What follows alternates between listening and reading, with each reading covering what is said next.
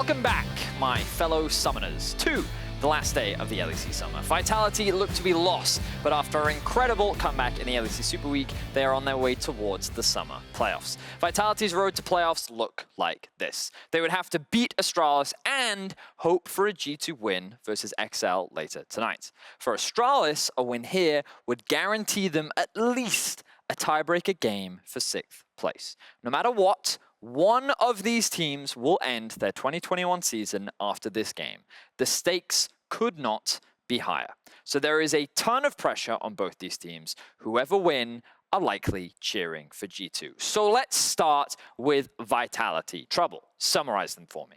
I mean, their macro looks kind of scrappy, I'm not gonna lie, but they're brawlers. That's what they were known for when they first came into the scene the first week. The duo specifically, the mid-jungle duo that they have, Leader and Selfmade, kind of like to go around as a bromance, take over the map. They're the brawlers, they're skirmishers, they like to fight. Their macro falls off, but if you make up for that with kills, then the goal kind of gets even. Yeah, and that playstyle seems to be working very nicely for them this week, especially when we look at their game yesterday versus Rogue. That type of skirmish style is exactly what they got. A lot of brawling, a lot of fighting, and basically just a lot of reliance on their individual playmaking, with Selfmade in particular really stepping up for the team. Absolutely. I feel like when Selfmade takes this extremely seriously, he shows up like he did this weekend, right? He brings out his Assassin Rumble with the Dark Harvest and the Rocket Belt. He takes over the entire map. And even though he has been criticized for sticking around mid lane for so long, this weekend, he's been a lot around top, he's been a lot around his bot lane as well, and in general, everywhere on the map. And while Selfmade has definitely been stepping up, I too think that his mid lane counterpart in Leader has really been stepping up on these comfort picks as well. A lot of debate and question marks around going for such a high priority on the Akali, but he is definitely making it work. And after hearing from Selfmade yesterday where they didn't really have a plan coming into this week, it was just very much do what you can, play your comfort. It feels like that it's working out nicely. Doesn't seem like they need a plan. It doesn't seem like it. No plan is often the best one. Now, Astralis are quite the opposite when it comes to actually their approach to the game. Talking about no plan, right? I mean, macro-wise, they're extremely similar. I feel like Astralis fall off extremely much in the early game. Their movement on the map is not the sharpest, but being negative gold at 15 is their comfort zone. They seem to be finding some miraculous Lucian kicks on the ADCs. They seem to be finding some miraculous Nexus killing with the likes of MagiFelix. And it seems like, yes, the early game is just not impressive, but somehow in the late, it just clicks and they have the Astralis effect. And I think a lot of that comes down to the way in which they draft. We often see a strong power top laner towards the in the hands of WhiteKnight. We also see some consistent mages in the mid lane. And then we also see Zanzarah on his kind of comfort picks. I feel like every season he has that champion that he looks to have an impact on. And I think that Trundle is a big one for him, but Volibear is also another one. So hopefully we see these comfort picks come through for Astralis and we're in for a banger game. Yeah, absolutely. And for me particularly, when I think of Vitality, I think of the letter L. I think of the number 9. I think of the guys who get really fired up if something goes wrong, right? And on the other hand, it's the exact polar opposite for Astralis, the untiltable, the chill guys, the ones that are going to prowl and wait for you to make the mistake and then grab it from there. They're not going to tilt, they're going to wait until you make your mistake and then they're going to take the game from you. So I feel like if anything, we could call this probably the best solo game of the season, solo queue game rather. Everything is on the line. No more second chances. One shot, one opportunity. Whoever loses will end their 2021 season right now. This is it. Astralis versus Vitality. Thank you so much, Vedius and Trouble. That is correct. Lose this game. Your 2021 is done. Once we are in-game, we'll talk about what the result means for both Vitality, Astralis, and XL. But before all of that, we do need to look at the draft. It has been a very interesting weekend of results. And now, for Astralis and for Vitality, the pressure couldn't be higher. They've got to handle that. They're in their own heads. This is the do-or-die moments. It most certainly is, and you're completely right, especially from the drafting point of view as well, because it seems sometimes, especially for Astralis and Vitality at the same time, they get something that they feel like is the comfort for them to trundle, sometimes the skirmisher with the Volibear or the Viego. But even yesterday, when MagiFelix had the Orianna, he felt almost invisible. And now you're playing against Leader, who against Larson finally took the challenge and became this mid laner that was to be feared. And the thing is, Leader as a player is never invisible. He is either the sharp end of the sword, piercing you in the heart and taking you down, or he's slapping you with a pool noodle, dying over and over. And that has been the two sides of Leader. But this weekend, Selfmade and Leader have come to play. Selfmade in that interview on Friday made me laugh. We said, I told the team, no team meetings, no planning.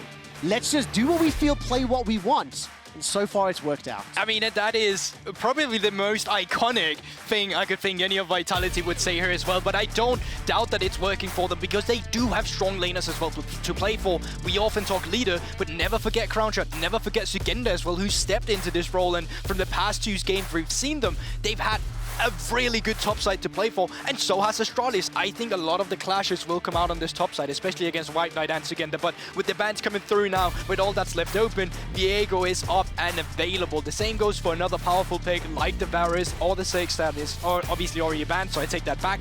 But it's still a lot of powerful champions that you can expect here. Yeah, and of course that Viego has only been run once in the jungle by Selfmade. It was Leader that got his hands on it multiple times previously.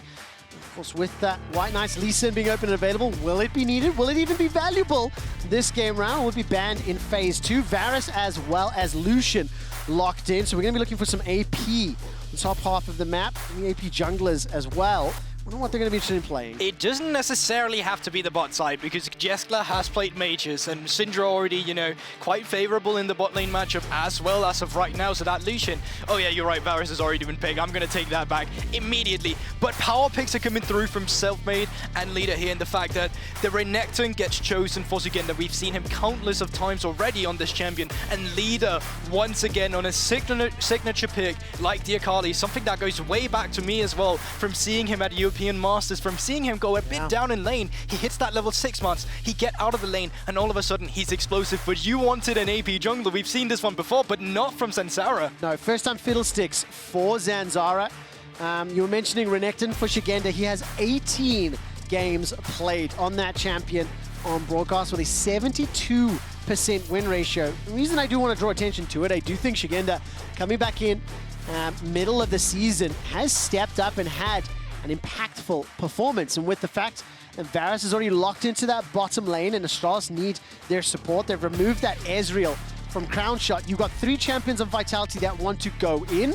I do think I'm looking for some sort of initiation tool as well, but you can't deny the fact that if they're initiating Fiddles, it could get problematic. I think you have to remove Kennen here as well. I know you already have an AP damage dealer in the Fiddlesticks, but all of the champions right now from Vitality, they want to dive on you. So to have a Kennen on the team, to have that pressure that we might be diving into a slicing Maelstrom might be too much. So while they are removing a lot of the supports, they're also removing the Lee Sin here, and I think that's also fair enough going into the essence that may be something that WhiteKnight is looking to play. He's already very known for this champion, but I also feel like that's a very clear stylistic of Team Vitality. They want to go in, so if Astralis can get a favorable hand, knowing what the win condition already is for Vitality, they should go for it. Last couple of seconds here for Astralis. They have some disengage tools. They do have some engage tools in that Crow Storm. Maybe we'll get another call. If the game demands it, it might be too serious. The Dr. Mundo is locked in. And of course, that is a good front line, but how are you going to stop and slow down Renekton and Akali and Viego just running straight past you if Fiddle isn't there to stop? Now, Team Vitality round out the composition. What are they running in this bottom lane? Well, they're looking for engage here because they just want follow-up here. So the Tristana has been banned away, but I would love something that can still continue on this one. They are going to go with the Jinx.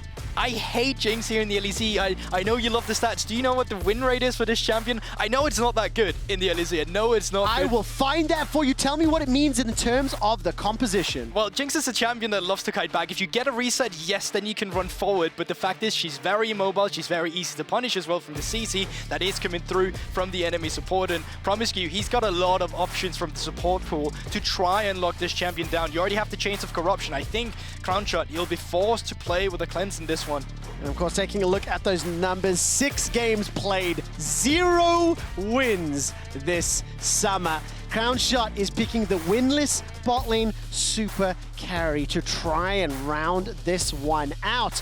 And there may not be enough initiation if Crownshot can keep the range. Once we get into the draft, I am going to ask you to break down expectations for the early game. Before that, for both of these teams, if they had one last shot, one last opportunity to seize everything they ever wanted in summer to have a shot at playoffs and the World Championship, what do they need to capture it? For Vitality, beat Astralis, and pray to every god that XL takes down G2.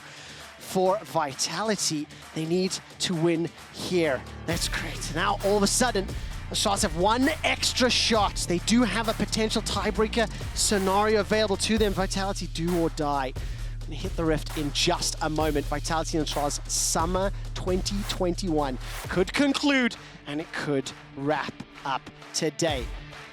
As we are 5 seconds away, Vitality and Astralis, 6th spot. That is what's on the line.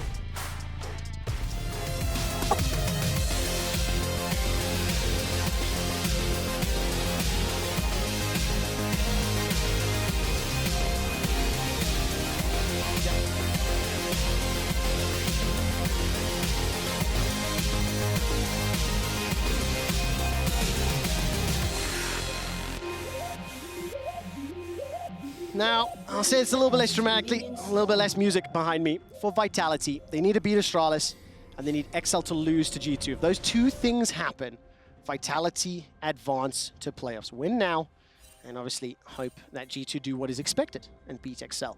If Vitality lose, they're out. They're done. Right now, for Astralis, if they, even if XL lose to G2 and Astralis win this game, there will be a tiebreaker. There will be a bonus match at the end of our regular scheduled day. And of course, if G2 win and Astralis win, well, and there we go. That's how Astralis get there. So 3 teams still vying for contention. And Guldborg, I asked you to look at what you can expect in the early game. Let's break it down. Yeah, so for the Fiddlesticks, you quite frankly just want to get to that level 6 power spike really from the side of Viego, though. If you could get priority of any of these lanes, there is the possibility for you to try and come in and punish on this matchup. But that's the thing about this matchup. We don't see too much Fiddlesticks that often. It's something a lot of junglers are not really picking up because they go for a different pathing, where you can actually see on the Fiddlesticks now, he should be clearing out the red buff and the Raptors at the same time, as you can see here. So this is something that is deterring some players from not playing this champion, because you need to be a bit more finicky with the pathing. You need to know where you can stand specifically. And trust me, it's not as easy as it actually looks. No. You need to try this a couple of times in practice tools, and Zanzarah, obviously a pro player on the Fiddlesticks, is trying to speed up his clear by doing this, even dragging the red buff up towards the Grump to minimize the time he's spending clearing camps. Very, very impressive start. Of course, you do want to, and you do expect players to be able to perform that. It is possible to track that as we look at Zanzarah's pathing. We'll keep you updated. In the bottom lane, Jeskla and promisq immediately started trading. And again, in the middle lane, you anticipate in the early stage until Leader gets to 6 and has some damage in his kit. MagiFelix should be able to bully Leader back. It's a matchup that's very favored in the laning phase to the side of Lucian here. You get to play a ranged champion into the melee of Leader. All he can really do is just try and clear the waves with his 5-punch strike. And that is what's going to be enabling Astralis as well, by having that safety net that if you were to try and disrupt the Fiddlesticks, if you were to try and roam around, well, MagiFelix would always have the first priority to move, because the Leader, realistically speaking, should always be under his turret. And this is what's making it a bit hard for Leader. This lane is all about surviving the laning phase, staying as even as possible, and then getting out and wreak havoc on sides. And if anybody is not familiar with Leader from the ERLs and from his time below LEC, that was bread and butter. When Leader joined back to the stage, I actually had a little statistics segment in week 1, taking a look at, frankly, his average to bad, sometimes laning stats, but that is because he's in these unfavorable matchups so regularly.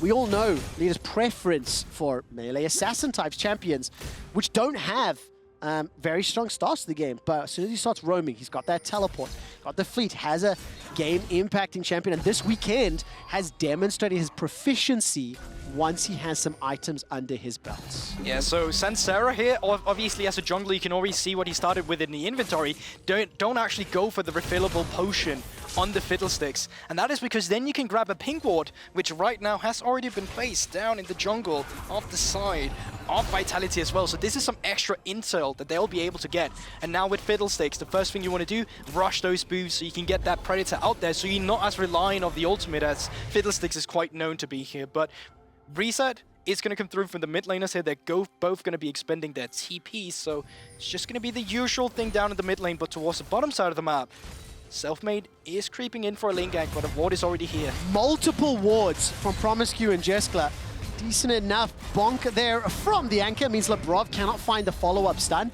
Easy disengage, but I really appreciate Jeskla and promisq placing both of those wards. It's spotted out Selfmade nice and early, and 5 minutes in, advantages where you would expect them. Szygenda's Renekton into Mundo. Plus 13, but there's a wave in front of him. Try to tie yourself. No vision here for Szygenda. Zanzarah's making his way up, looking to reap what can WhiteKnight sow, but look at the minion wave. So many, and when you're in a big deficit, getting the flash, they'll consider that a win. Yeah, you don't also have the consistent damage to go with. Dredge line, the flame choppers will slow Jeskla's push forward. Piercing arrow, I don't know about the cooldown, and don't know if it had enough damage yet, but Labrov forced back, no summoner spells used. And you can actually see that there's more minions right now in the Vitality minion wave, which means that the minion wave will be slow pushing towards Astralis, so the bot lane of Astralis, they're just backing immediately. Crownshot, realizing this as well, tries to step forward and grab as much of this minion wave as he can, because otherwise he would be missing it. Now he's got the flame choppers, he's got the vision, and he's going to be pushing it in. I wonder if he's going to try and stay for one more wave. Yes, he is. And in retrospect, this may disrupt the resets from the side of Vitality to try and push, not MagiFelix, but Zanzarah perhaps on towards a Drake. Oh, Cullen gets channeled, just a bully leader back. He's down 9 CS in the lane. Zanzarah, no access to the ultimate just yet. Of course, remember the fact that Crownshot still in lane, push those minions out. Zanzarah is aware of it. Leaders left, got access to some perfect execution. Level 4 target. The Dragon's going to be helping out to the drain. Why do you step back up there? What was that decision, Zanzarah? Now promisq's the next target. He'll make it to the blast cone and escape. Was that a heal to continue the fight or get level? I don't understand. I have no idea what just happened for Zanzarah there, if he thought that was his teammate walking towards him or what that was, because leader hit level 6. Labrov just flashes in on him. He's a fiddlestick, he's not that tanky. He's supposed to be the one that jumps on you. You can't let people jump on himself, then he just dies like that. I don't know if we'll get a replay to see if there was anything, but it felt as though he could have backed away. You 100% know this. You can see MagiFelix wants to try and go down as well, but he knows if he's moving down, he's going to be caught in a choke point because Selfmade is also in the mid lane. So despite the fact that Jeskla right now has an item advantage over the side of Crownshot, he wasn't able to move in this replay. Well, promisq gets the dredge line, instantly backs out, didn't want to get caught out there by Labrov. Wasn't sure whether or not the pulverize came down and did want to avoid the knockup into Chompers combination. And you can clearly tell some nerves must be in this game as well, because this game is high stake. promisq finding the anchor only to regret his decision immediately, and now promisq with no flash could be punished by Selfmade. All right, promisq, some refusing the heal comes up from Jeskla. Flash is still available. Flash forward, Blade through, and King multi-man knockup, as well as Crownshot getting that final hit. Jinx 1-0 with a CS advantage. A stolen dredge line from Selfmade sets up the double for Crowny. Disaster in the Astralis bot lane immediately flashes away from promisq. Selfmade in the vicinity to try and punish, and the engage is just there immediately. Nothing they can do now. Crowstorm to come through though. Crowstorm into the culling. Oh no. Perfect execution. 5-point shuriken. Zanzarah is not in this game right now. The first death in the Dragon Pit, the second death on an engage with MagiFelix. Not only will Astralis's playoff hopes die, so too will the tiebreaker. Flash is available for MagiFelix. The Heartbreak used to close some distance. Selfmade channels the flash, chases further forward. 5 kills to 0. Vitality is taking over this game in the early game. And you know what the worst part is? A lot of these plays are Astralis setup. They went for the bot lane engage. They went for the dive with Zanzarah. And they're just playing into the hand of Vitality right now. They're struggling to find any leverage in the early game. You take a look at the gold lead. 80 carries right now. Crownshot ahead. In the mid lane in a matchup that's supposed to be Lucian favored in the early game. Leader right now ahead. In the jungle as well. Selfmade ahead. And in the top side as well, Szygenda ahead. Every front right now for Astralis is bleeding. Yeah, and I hope you'll forgive us for not talking about Renekton into Mundo, because frankly, that's just a farm lane for now. All the action has been everywhere else on the Rift, and when I pull up the standings for those lines I keep talking about, Vitality win. That puts them at 8 and 10. And obviously, if XL would advance next to the head-to-head there, meaning that there'll only be one possible outcome, assuming the game continues this way. It is 10 minutes in, 5 kills to 0, and a 2,500 gold lead. That is significant, absolutely no doubt. And just as we came into this game, Guldborg drew my attention to obviously teams and wins and losses when they are ahead. Now, Astralis don't find themselves ahead very often, which is the story you've all heard many times before, but I want to focus on Vitality. With the lead at 15 minutes, they are 6-1. Yeah, that's the crazy part about it, because we often talk about Vitality to be very inconsistent, but the matter of the fact is actually, if they have a good early game, they usually just win their games.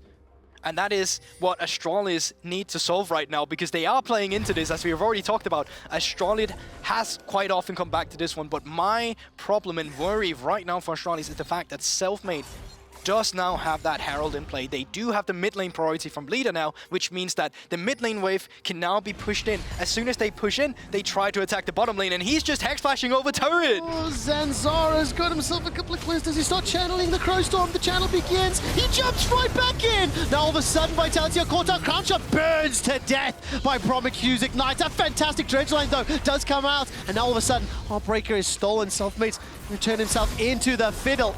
Stole himself the dredge line from promisq. That is a killing spree for leader. There was one on the board, and I got excited for Astralis, but it was shut down, killed, and destroyed by Vitality. Yeah, and now the options are going to come through from Vitality. They're going to excel a lot of this pressure into the bot lane wave instead for leader, and what they were going to be doing instead is they're going to be pushing Crownshot on towards the mid lane. So while leader has TP'd down here, they're not essentially going to lose too much in the exchange, because they're salvaging the lane where the waves were being pushed in from the side of Astralis. Nicely done by Vitality here, and they just continue on wreaking havoc in this early game. And I mean, that is just such a fantastic start. And again, it was Vitality initiating the 3v3. I'm not sure if they knew Zanzarah was there or not, but he simply didn't have enough damage for all 3 members. Oh, they didn't know, for sure, 100% did not know, but it's even the way that Labrov hex flashes over the turret, dodging over some of the hook in the beginning, waiting for the chains, and then starting the ultimate. So much patience to come through from Vitality. Nothing is rushed. They don't expend the TP immediately either, but it's just, it's so perfect from the side of Vitality here in the early game, and I don't get to say that quite often. You really don't. Now, when we had those stats up a moment ago, the average goal difference of 15 for Vitality is 210. You're like, wait, how does that work out if they're 6-1 with the lead? That's because in games that they have won, they average 3.2 thousand gold in the lead at 15 minutes. And throughout the course of Vitality Summer, I do think they have shown an ability to outclass teams around them or near the bottom of the table. Because right now, they are steadfast, they are consistent in their players' strengths. Conversely, promisq, Jeskla, and Zanzarah have been bullied and beaten up, and there have been some mistakes that have been punished. It for sure has, but it's also just a recent form of Vitality, taking down Rogue to being what we already see here today, and watching them walk around as a collective unit. This does not look like a solo queue team. This is a team that is actually carefully planning out their attacks, and they're playing competitive League of Legends. Labrov is here. The Jinx is just up towards the top side. In the last game of summer. It is, but it's great. They play towards the strong side. Now, because they have their bot lane towards the top side, they get to clear away Zanzarah's jungle. They get to take everything away, and then afterwards, they can move down towards the Drake, where they already have the first one. Zanzarah, though. Okay, Zanzarah's going to commit with the Crowstorm. Selfmade uses the ultimate to escape over the wall. Teleport is now channeled from WhiteKnight. Welcome to the game. The Zap, and Chomp is still going to be available. Use Fishbone. Super Mega Death Rocket goes out. WhiteKnight is now the front line. Here comes Leader. Got the Proto Belt. Rocket Belt, rather. He's also got the Flash available to him. Szygenda, Leader just about level 11. That's a stun onto promisq. He's forced to flash. Why did he step forward? Leader's looking for a target. They're going hunting. It's like shooting fish in a barrel. No Heartbreak available. Dominus is going to be there. Crownshot's using those rockets. Fishbone's doing work. Now here comes Szygenda, the minion wave about to make it up. Throw down the Dominus, Hex Flash over the wall. Teleport being channeled by MagiFelix, but you may be arriving to a funeral. 2 members down aside so far. The tower really helping out. The fear will land onto MagiFelix. He flashes to safety. The Zap slows down WhiteKnight. And for the first time, Astralis gets some kills. They're not going to land the Infected Cleaver. Chase him down, WhiteKnight. Waddle, waddle, waddle. Go, King, go. Not going to be able to do it. And this time round, it ends up being a little bit of an advantage for Astralis. Yeah, that play for sure from the side of Vitality was not worth it, and that dive could have been way more disastrous than it was. But you know what? I gotta commend Vitality for pulling the trigger in a situation where this game matters so much for their playoff run that they're willing to go for dives like this. It's not working out for them. They could have gone for the Drake instead. MagiFelix finally here to show himself. But this time around, there's two sides to every coin, Guldborg, because while it does show intent, and while it does show Vitality want to earn the win, what if those 4 kills allow Astralis to slow this game down? What if that tower dive that did not result in securing the tower is what Astralis needed to come back into the game? A team that, while they have fumbled many times already, have been able to come back in summer. And are they going to set up for a dragon fight? A number of ultimates are still on cooldown. Multiple flashes are down. It doesn't look like they're going to commit right now. But you know what? That's what I'm here for. I'm here for the make it or break it moments. I'm here for the fact that Astralis can get back into this game. But right now, with the Drake just having been picked up by Vitality, they can move up towards the Herald as well. They can push in the bot side with Leader right now. He can recall, he can join the fray, and therefore they can try and create more of these skirmishes in an open field rather than on the turret that we did just see.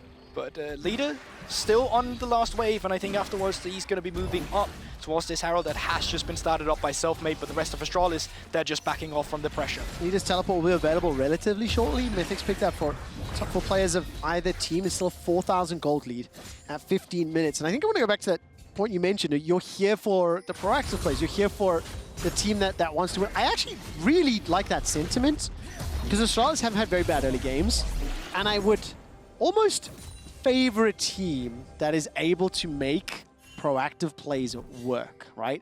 But what's very interesting about all 3 teams that are in the playoff contention is how drastically different their stories and their play have been throughout summer. A little bit of a theme in some ways, is nobody's sticking around long enough for Zanzarah to jump onto, but that will be the 2nd tower falling, and by no means will this be an easy comeback. The amount of damage available, 215 Viego, 413 Akali, 4-1-1 Jinx, is going to be very difficult to overcome. And Vitality with Crownshot on this Jinx going to look to pick up the very first Jinx win of summer. So the goal right now, as well as you said there, the first victory for the Jinx as well, but the goal right now from Vitality, after having pushed this mid lane turret, is just like keep the mid lane wave shopped, then move the pressure around onto a side lane where we can keep opening up the map. Right now, this is the last tier 1 or tier 3, I don't know which one you classify it as, that it needs to be taken. On the other side though of the map, you can clearly see, because so many members of Vitality has been expanded on towards that play, they're using their resources to go for the bottom lane instead. And I like this, because if you want to try and stop the top side play, you're just going to be losing out. You're too far behind right now. So the only thing you can do as Astralis is trying to find your leads elsewhere on the map, and that's what they're trying to do now with the Lucian on MagiFelix here. Now, you can see, we'll keep an eye on the gameplay there, Guldborg. If you are a fan of Vitality and you want Vitality to make playoffs, you need them to win this game, and as you see on the bottom of your screen, G2 versus XL, you need G2 to win. That is how Vitality advance to playoffs, winning here, and by G2 winning. If you're a fan of XL, and what you actually really want is Vitality to win here, and then to beat G2. Now that would be the best case scenario. The worst case scenario is still a good scenario for XL, because even if Astralis find that comeback, it actually gives some safety to XL. That might be the easier path, but who comes into the day going, let's just lose to G2 and hope Astralis win, and then we beat Astralis? It is a very nuanced conversation. It most definitely is. But to try and take it back into this game, I'm trying to find way in what the next plan of attack is going to be for Vitality right now, because if you take a look at their inventory, they haven't actually invested too much in any pink wards right now. And if we take a look at the minimap as well, you can clearly see that Astralis has laid out some defensive vision right now. And what they want with this right now is just to be able to clear their own camps, to be able to stall out the games. Where Vitality, what we would have liked to see from them was be aggressive when you have priority. Make sure that you're able to starve away Astralis, much like from the game we just saw with Rogue and SK, where whenever they had a lead, whenever they had that lead in a side lane, they put it on by pushing out the turrets, or pushing out the lanes rather, go into the enemy jungle, find the vision, and then try and take away all the resources. Well, let's look at that vision right now. A lot of Astralis wards around the jungle, both deep in Vitality territory as well as their own. Now Vitality are moving in trying to set up some vision. We're also playing for an Infernal Soul, which is actually very exciting when you think of both compositions and how that can benefit them. Map being open up will make Zanzarah's life a little more difficult. Not as many suffocating choke points. So that will be a little bit more challenging for his 1, 4, and 3. Relatively farmed. He's got the Proto Belt this time around, and with 40 seconds to Infernal, Astralis don't need to fight this one, but they could. They could, and yeah, they don't need to, but it's definitely not putting them in a favorable position because, yes, Baron will be spawning at the same time, but quite frankly, your team sucks at taking Baron at this stage. It's not one of those where you can just start it 20 minutes into the game and then just throw it away. And you can already see what Astralis are doing right now on the minimap. They're trying to take control over the top side instead. They're trying to find their way back into the game at the opposite side of Vitality because, once again, right now, if they fight, they still won't win. And it's going to stay like that for a while. What they're hoping for is they need to find the items on Jeskla, on MagiFelix, so there can actually be the poke to come out, some damage to facilitate it, because right now they just have an item deficit. You take a look at Leader, 2 items. You take a look at Crownshot, 2 items, and the rest of the map right now, they just don't have that spike. No, they really don't. So buying time, smart play, safe play. The third dragon does not lose you the game. And with that additional 5 minutes, 4,000 gold lead at 20 minutes, is slightly more impressive than at 25 minutes, assuming all things remain neutral. The one thing I will highlight, though, I think Astralis have committed a lot of vision around Baron, and while it would be an interesting decision if they started it, I do think it's defensive. I do think they don't want to be caught out and allow this very farmed, very fed Vitality team try to sneak something. Who? Was that a flat? No. It's Fiddlesticks. Fiddlesticks, thank you. The effigy, and a little bit of a fight there is now all of a sudden Vitality going to clear out pretty much all that vision. So all the work that Astralis set up just to push that top tower is neutralized. Soul points for Vitality, 5,000 gold lead, and as with every single game we've been able to shoutcast that's been one-sided, Guldborg, there's always that slowdown once the outer turrets fall, because obviously the team on the receiving end needs to fall back. They lose control of their jungles. Yeah, but now at the same time, we also start to see Vitality try and take over more and more of this topside vicinity of the map. And it's also to the fact that if you ever wanted to thread a Baron, you need to make sure that all the vision is cleared out, because Zanzarah is on the Fiddlesticks. Now, a Fiddlesticks from behind is not usually not too much to worry about because of the fact that you will be able to track him. You will be able to put the vision down, where he's not going to be able to come from a point of attack you haven't seen, whereas a Fiddlestick ahead, they can create those vision pockets, and that's what we're looking for as Astralis. You want to be able to create vision pockets to try and catch Vitality off guard. Oh, it's so difficult, but it is so impactful. Anybody who remembers watching Misfits versus Rogue, so able to come back into that game and a significant advantage, push that bottom lane, that one pocket of darkness that led to an exceptional call from Medic. And obviously, Rogue ended up picking up the win. So minimap, your eyes on the vision of Astralis, very, very defensive vision on their red buff side of the jungle, near nothing on the bottom half. And as we move to 3 minutes, you can feel the call here for Vitality. Get themselves an opportunity at playoffs if they win this, if they close this out. So don't make more mistakes, don't concede more than you need to. It's also just that tense situation. In games like these, you tend to play less aggressive. You tend to try and not make the game-losing call. And for Astralis right now, they're just trying to get as many resources as they can get on the map. For Vitality as well, they don't need to be explosive. They can just wait out these 2 minutes and 30 seconds there is for this Infernal Drake, because they're in this luxurious position where the enemies are not going to be starting Baron. They don't have any point of attack right now, and that is what is so dangerous for Astralis. You can see Jeskla have picked up the Mirror Mana now, but it needs to get leveled up into the finalized item, and first then can you try and hope for finding some better fights. Well, take a little bit of time. 261 stacks for now. 2.5 items completed for most of the champions now in the game, and it's still a significant advantage. One thing I will call out, though, is that despite those individual errors around the Dragon and the mid lane that allowed Vitality the lead, Astralis have slowed down for now. WhiteKnight waiting on the maximum dosage. That's a flash engage from Labrov. The Croton starts to channel. Rocket Bell was used. That's the first kill already picked up. Szygenda's down even through Dominus. Selfmade's going to be the next target. Heartbreaker's already been used. He can't find a soul to sell. It's promisq that gets taken down. Crownshot gets excited again. Looking for MagiFelix is now all of a sudden that's a flea. A fear. Jeskla for the triple. Crowny. As all of a sudden Selfmade and the rest of Vitality turn back to Baron. And the timing could not have been worse either, because now they're going to be able to get the Baron they're going to be able to reset, and afterwards they're going to be able to get the Infernal Soul in a race for playoffs. This is the call you look back on. This is the fight you remember. And Astralis, they finally found a vision pocket. But once again, the items, the rest of the members, they're just not as far ahead as the rest of Vitality. So here it comes out. Great Crowstorm, Frost and Sarah. They even get it into the stopwatch afterwards, and it's looking like a great team fight from the side of Vitality. But once the resets come through, not only for the Jinx, but also the Viego, it falters. I think if we were to watch that again, Vitality split out of the Crowstorm, and yes, while it separated them, nobody really died. So I think the idea was there, but I don't think Zanzarah used the flash or the rocket belt to maybe get even further distance, whether he was avoiding CC. I don't know, I think Vitality played that well. They got themselves an 8,000 gold lead. Vitality will eliminate Astralis if they win this game. If you want Astralis' hopes to stay alive, you need them to pull off another magic moment. And with Baron buff already, with 10 seconds to Infernal, do Vitality just say, screw the dragon, let's go push inhibs with Baron buff?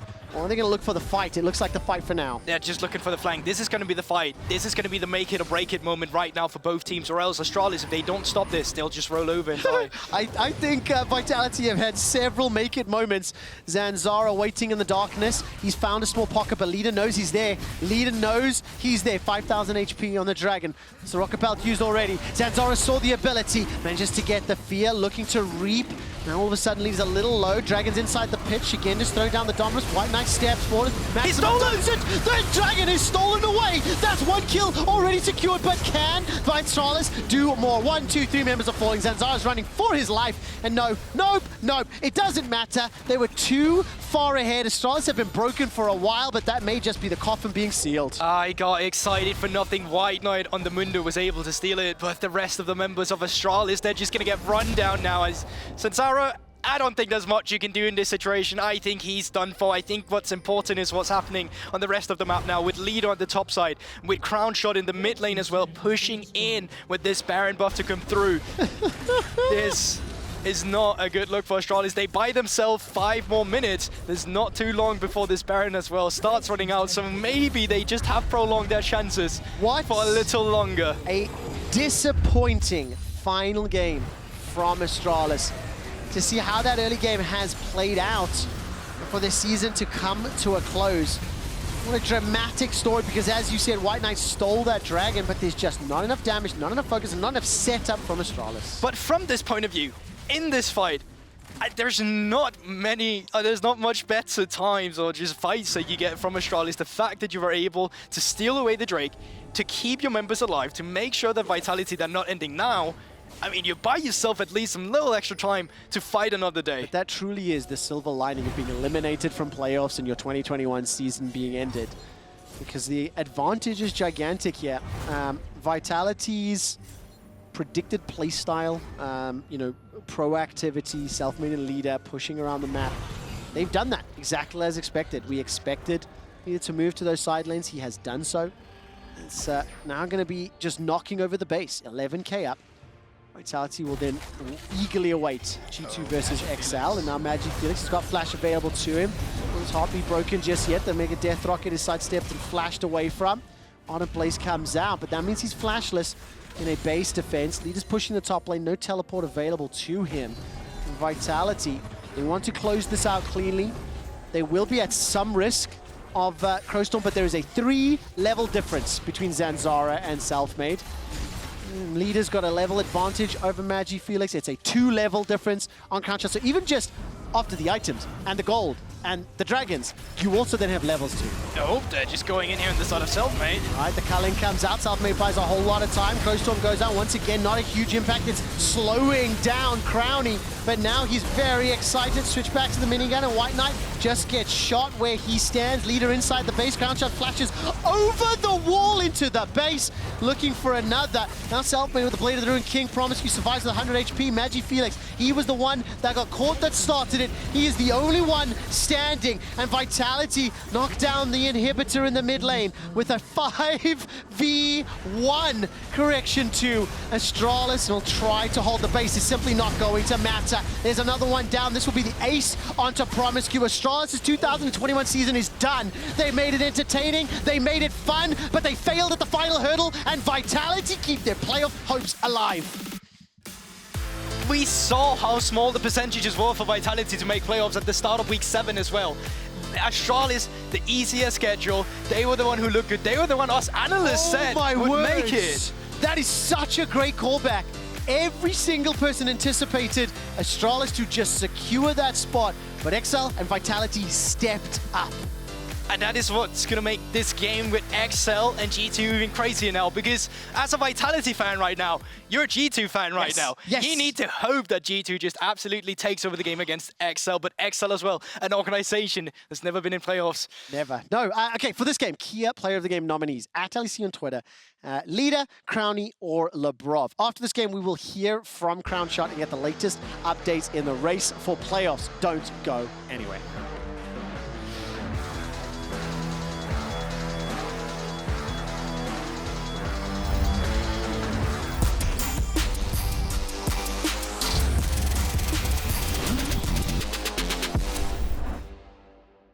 The planet and us are connected. We share its veins. We can continue to clog them, or do something about it. By using millions of recycled plastic bottles in our new generation of durable washer and washer-dryer tubs, we reduce plastic waste from leaking into nature's veins. Discover Beko Eco Tub washers and washer-dryers for healthy living on a healthy planet.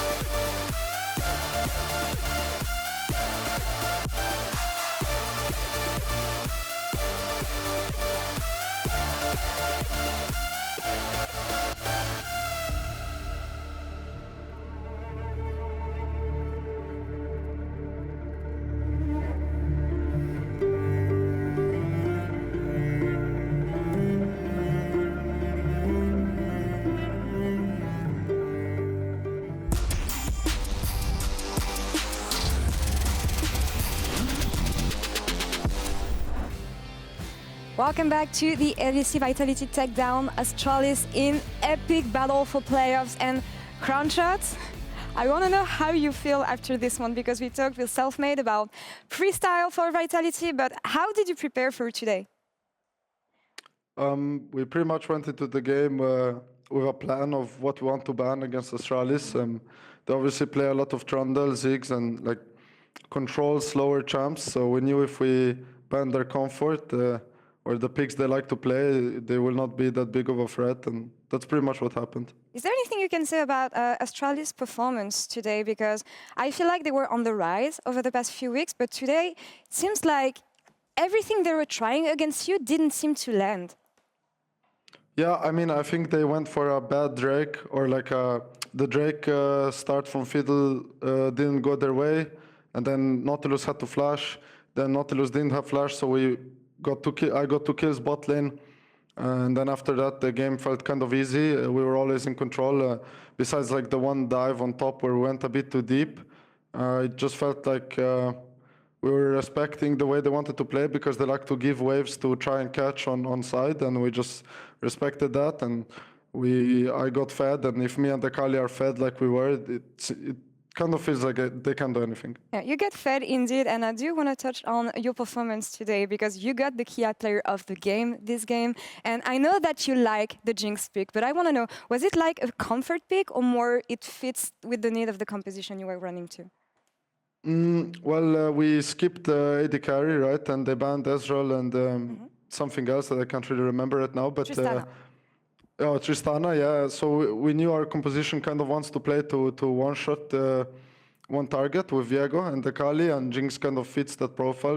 And if we get 1 kill and me and Viego get resets, it's pretty much over in the fight. So it kind of fit the comp, yeah. Yeah, and it was beautifully done. But now, focusing on what's next, you won, but you need G2 to win at the end of the day to make playoffs. Now, I want to say it seems simple, because in that sense, G2 should have the upper hand against XL, but I mean, it's G2 and they're never short from making a funny game. So yeah, how does it feel to have your hopes rely in the hands of G2?